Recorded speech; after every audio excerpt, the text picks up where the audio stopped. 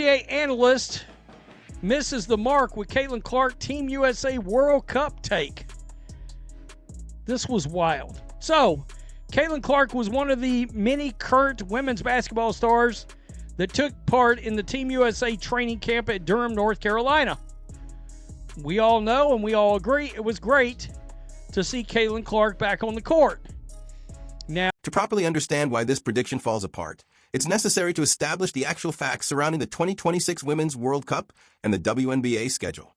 The tournament is set to take place in September 2026 in Berlin, Germany. This is not a tentative plan or an unconfirmed rumor.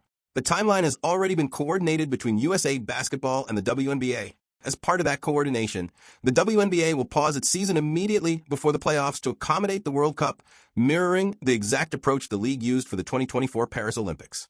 This pause is a critical detail because it removes the central conflict implied in Robinson's prediction. The idea that Clark would need to choose between the World Cup and the WNBA postseason simply does not align with how the schedule is structured. The league has already accounted for international competition, making room for elite players to represent their countries without sacrificing their professional commitments. Further reinforcing this reality is the activity of USA Basketball itself. In late December 2024, Team USA held a training camp in Durham, North Carolina, led by Managing Director Sue Bird. Caitlin Clark participated in that camp. Her presence there was not symbolic or ceremonial. It was practical, intentional, and forward-looking, part of the developmental pipeline for upcoming international competitions, including the World Cup and the Olympic cycle that follows. These details matter because they frame the entire discussion. This is not a hypothetical situation where Clark is yet to engage with Team USA's long-term plans. She is already actively involved. She is already attending camps. She is already part of the conversation. Now consider the timing. On December 31st, 2024, one day before Robinson's live-stream prediction, Caitlin Clark appeared on the New Heights podcast hosted by Jason and Travis Kelce. During that appearance, she spoke directly and extensively about international basketball, the World Cup, and her aspirations moving forward. This wasn't a passing comment. It was a thoughtful, informed discussion that demonstrated awareness of the schedule and enthusiasm for participation. When these facts are placed side by side, Robinson's prediction doesn't just seem speculative, it seems disconnected from reality. that takes place when it comes to choosing this team. The most notable of these is the Los Angeles 2028 Olympics. Yet there are several important events before that. The biggest one is the 2026 FIBA Women's World Cup, which takes place in Berlin, Germany in September of 2026. I would believe that would be televised, I would guess, on NBC Sports or USA Network, but don't quote. Jordan Robinson framed her prediction carefully, presenting it as a logical projection rather than a dismissal of Caitlin Clark's talent or ambition. She acknowledged that Clark would likely make the World Cup roster. From there, Robinson constructed a hypothetical scenario. The tournament takes place just before the WNBA playoffs. Indiana could be positioned for a deep postseason run, and Clark might decide that rest and focus on a championship pursuit would take priority. Robinson went a step further by suggesting that Clark could view a World Cup roster spot as an informal guarantee toward future Olympic selection. Under that assumption, skipping the World Cup would be framed as a strategic decision rather than a lack of interest, an athlete conserving energy for a bigger prize down the road. On the surface, the argument may sound reasonable. Star player, rising team, championship aspirations. These are familiar themes in sports discourse. But the problem isn't the logic itself, it's what the logic requires you to ignore. To accept Robinson's prediction, you have to disregard everything Caitlin Clark had already said publicly about this exact scenario. Not weeks earlier, not months earlier, one day earlier, Clark didn't dodge the question. She didn't hedge. She didn't leave the door open for speculation. She explained the schedule, acknowledged the challenges, and spoke with enthusiasm about participating. That's what makes the situation so striking. This isn't a case where an analyst is filling in gaps due to silence. Clark wasn't silent. She was clear. And the prediction wasn't made in ignorance. It was made in defiance of her own words. In sports media, timing is everything. When a prediction arrives after a definitive statement from the athlete involved, it stops being analysis and starts becoming narrative invention. It suggests that the analyst's storyline matters more than the athlete's stated intentions. And that disconnect is exactly why this prediction struggles to hold up under scrutiny. This the other day, Caitlin Clark was a guest on the December 31st episode of the New Heights podcast. At one point, she conveyed how important the 2026 FIBA World Cup is She talked about it directly.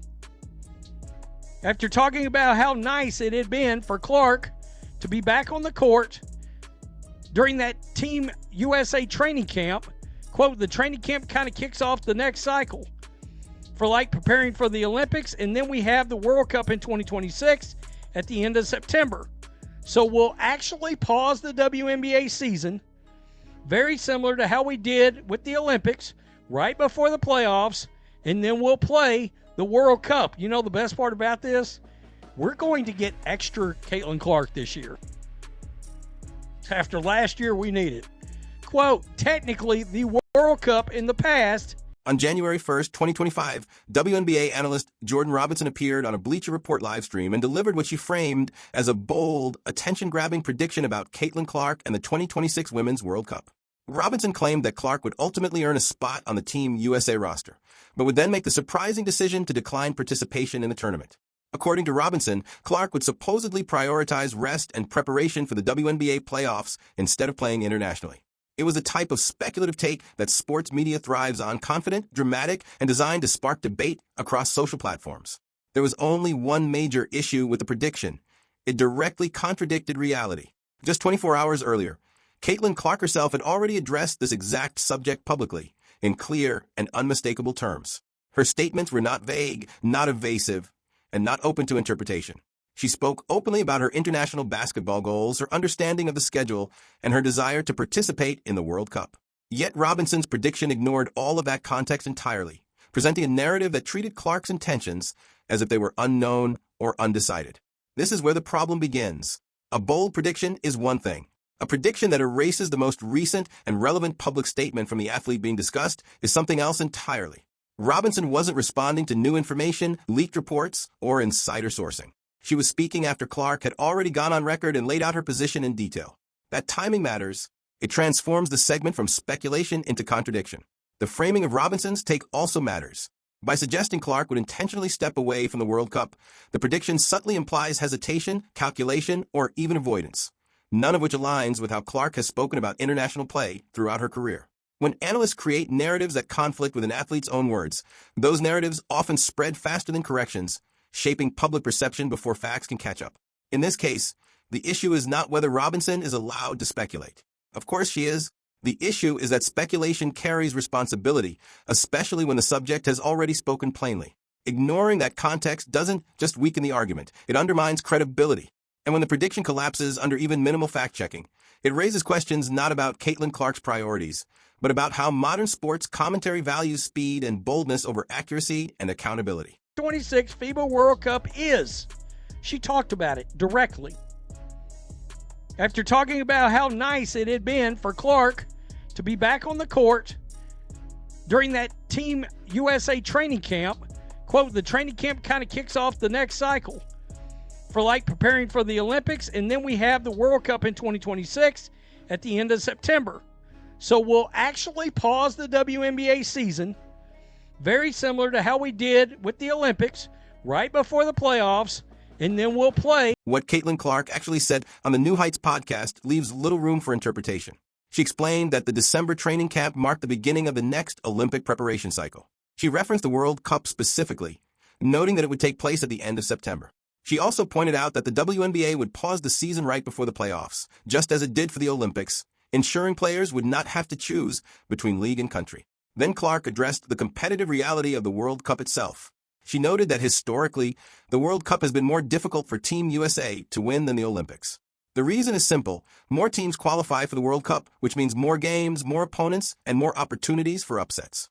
This was not casual commentary. It was informed analysis from a player who understands international basketball.